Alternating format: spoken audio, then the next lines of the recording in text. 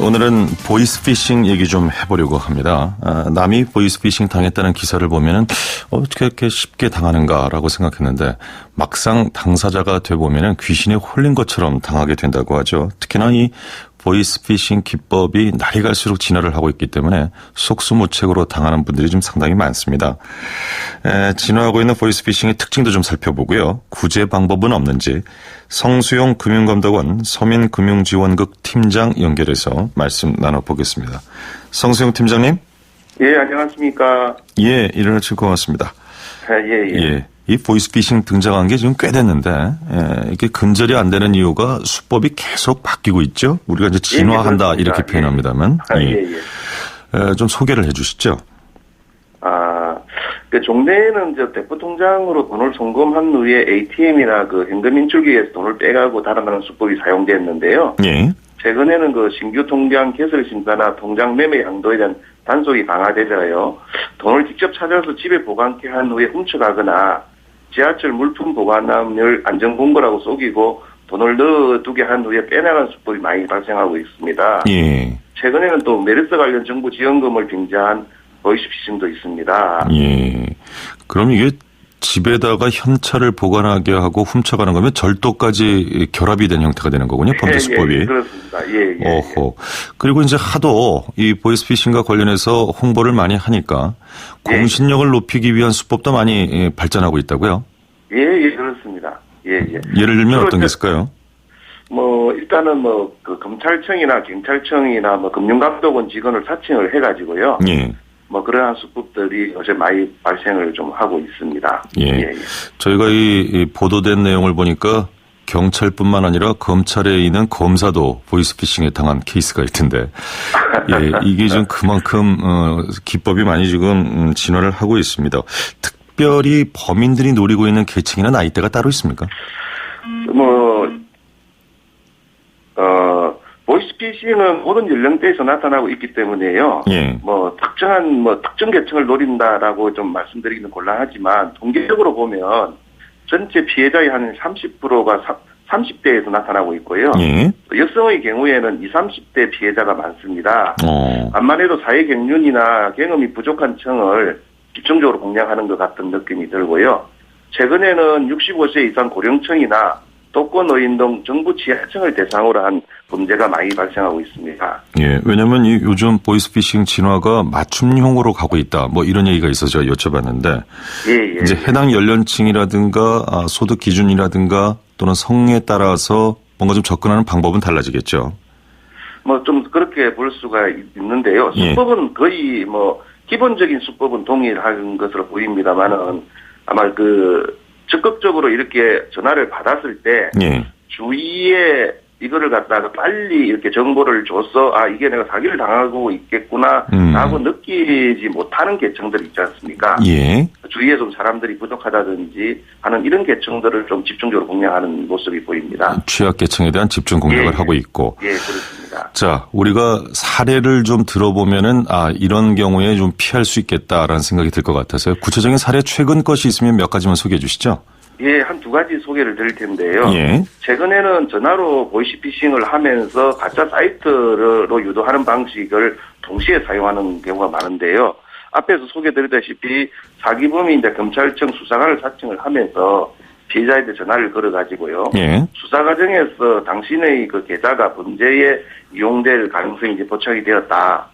수사 협조와 본인 예금 계좌에 대한 보안 조치가 필요하니까 협조하라고 합니다. 예. 그러면서 가짜 검찰청 홈페이지로 이제 이렇게 유도를 한 후에요. 그러니까 홈페이지까지 미리 만들어 놓는 거군요. 예, 그렇습니다. 이게 보면은 이게 검찰청 홈페이지인지 감독원 홈페이지인지 금융회사 홈페이지인지 좀 잘 구분이 안 되는 이런 가짜 홈페이지들이 있습니다. 예. 그런 홈페이지 유도를 한 후에 주민등록번호나 계좌 비밀번호, 보안카드 번호 전체 등 금융거래에 필요한 정보를 입력을 하게 되면은요, 그게 사이트를 통해서 탈취가 됩니다. 어허. 탈취를 된 후에 피해자 몰래 공인인증서를 재발급 받아가지고요. 예. 카드론 대출을 받는다든지 피해자의 인터넷 뱅킹에 접촉을 해가지고 피해자 모의 예금을 인출을 하면서 최근에 한 3천만 원 정도 피해금을 가로채고 잠적한 사례가 발생을 했습니다. 이를테면은 어느 사이트로 좀 접촉을 하십시오 했는데 사이트가 멀쩡하게 뜨면은 금방 믿게 되는 효과가 있는 거군요. 예, 그렇습니다. 그래서 보통 정상적인 사이트는 예. 위에 초록색 불들이 나오도록 돼 있습니다.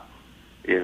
그런데 이제 이런 사이트들은 초록색 불들이 안 나오게 되는데요. 초록색 불이라는 게 어느 위치에 초록색 불이 뜬다는 우리가 건가요? 주소록 창 있지 않습니까? 예, 주소창.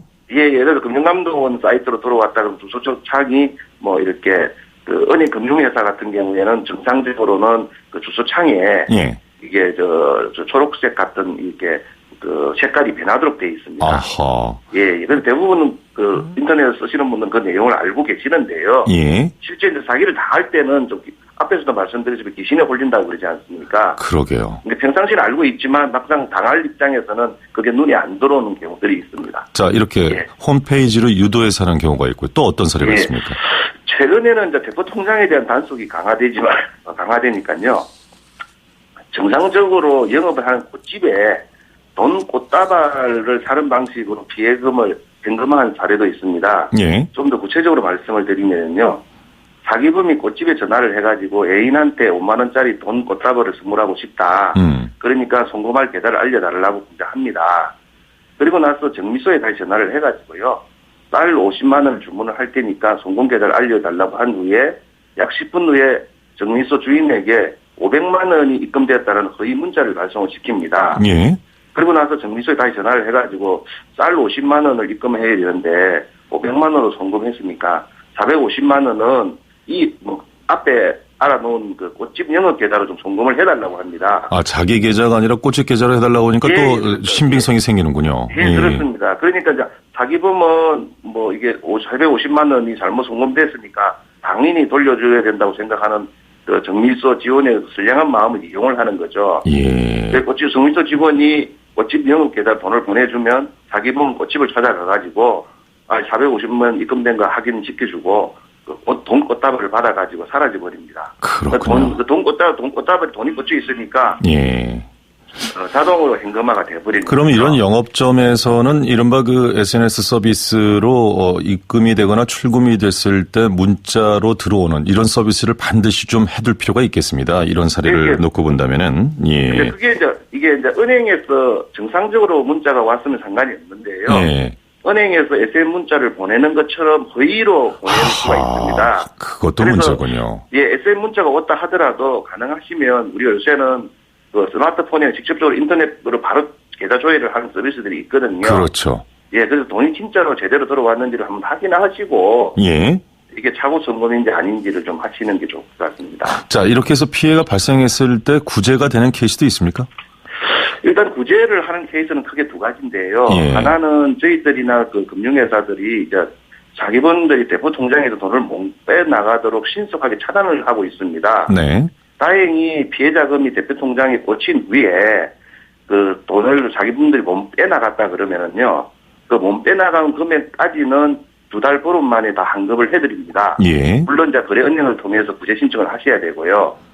그러더라도 돈이 이미 빠져나갔거나 또 뭐 다 빠져나갔거나 일부가 빠져나가서 실제 피해를 발생하는 케이스들이 많이 생기고 있는데요. 예.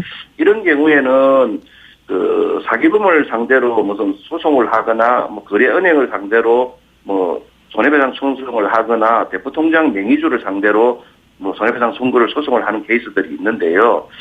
만약에 본인이 상당한 과실이 있을 경우에는 이게 법률적으로 구제받기가 상당히 힘듭니다. 그렇군요. 또 예. 대포통장 명의인한테는 보통 손해액의 50에서 70% 정도 배상 판결이 나오는데요. 예. 대포통장 명의인들이 노숙자인 경우들도 많고요. 실질적인 구제는 어렵다는 얘기군요. 예. 그렇기 때문에 일단은 쏟지 않는 것이 좋고요. 네. 만약에 쏟았다면 빨리 신고를 해서 빠져나가지 않도록 신속하게 차단하는 게 중요합니다. 예, 이런 피해 사례라든가 사기 수법에 대해서 좀 많이 홍보를 해 주시길 바라겠습니다. 예. 저희들이 적극 노력하고 있습니다. 예, 오늘 말씀 여기까지 듣죠. 고맙습니다.